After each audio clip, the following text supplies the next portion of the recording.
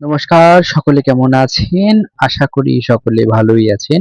হর হর মহাদেব। আজকে দেখাবো আলু পোস্তর একটা সিম্পল রান্না। দেখতেই পাচ্ছেন আলু পোস্তর ফটোটা আমি সামনে দিয়ে রেখেছি যাতে সকলকে বোঝাতে পারি যে আলু পোস্তই রান্না হচ্ছে।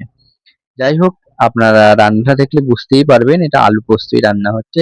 যাই হোক, কিভাবে রান্নাটা করলাম সম্পূর্ণ রান্নাটা দেখে নিই। তার আগে বলে দিই, যারা ফেসবুক থেকে দেখবেন তারা ফলো করবেন, যারা ইউটিউব থেকে দেখবেন তারা চ্যানেলটি সাবস্ক্রাইব করবেন, লাইক কমেন্ট শেয়ার অবশ্যই করবেন, পাশে থাকবেন। আপনাদের এক একটা কমেন্ট আমার এক একটা মাইল ফলক। আমি চেষ্টা করব আপনাদের সঙ্গে ভালো ভালো ভিডিও শেয়ার করবার।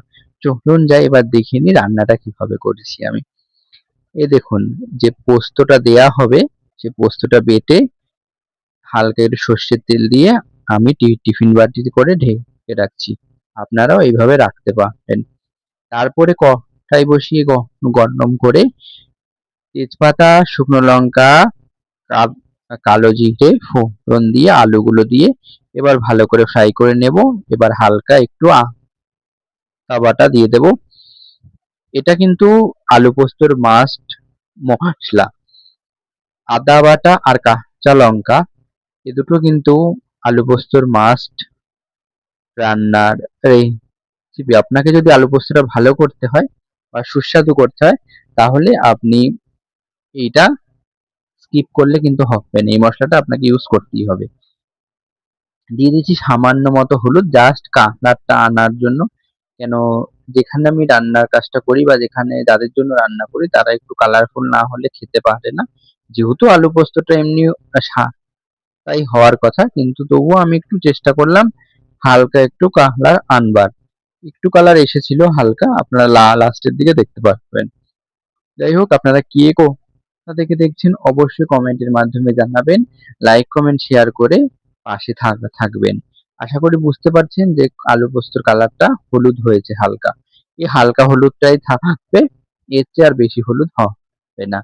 যাই হোক, আমি তারপরে ভালো করে মশলাটা দিয়ে আলুটা কষিয়ে দিয়ে দিচ্ছি জল। আপনারা এই ক্ষেত্রে গরম জলও ইউজ করতে পারেন।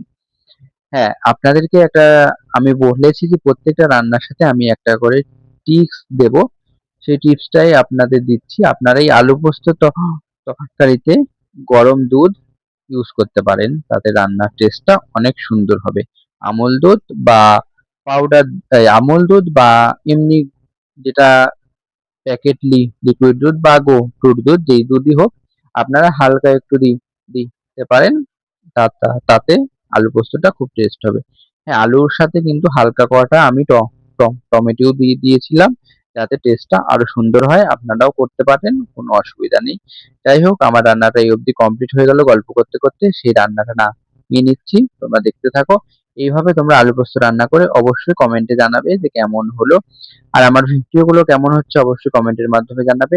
আরো কি কি রান্না দেখতে চাও অবশ্যই কমেন্টের মাধ্যমে জানাবে। আজকের মতো এখানেই যাই।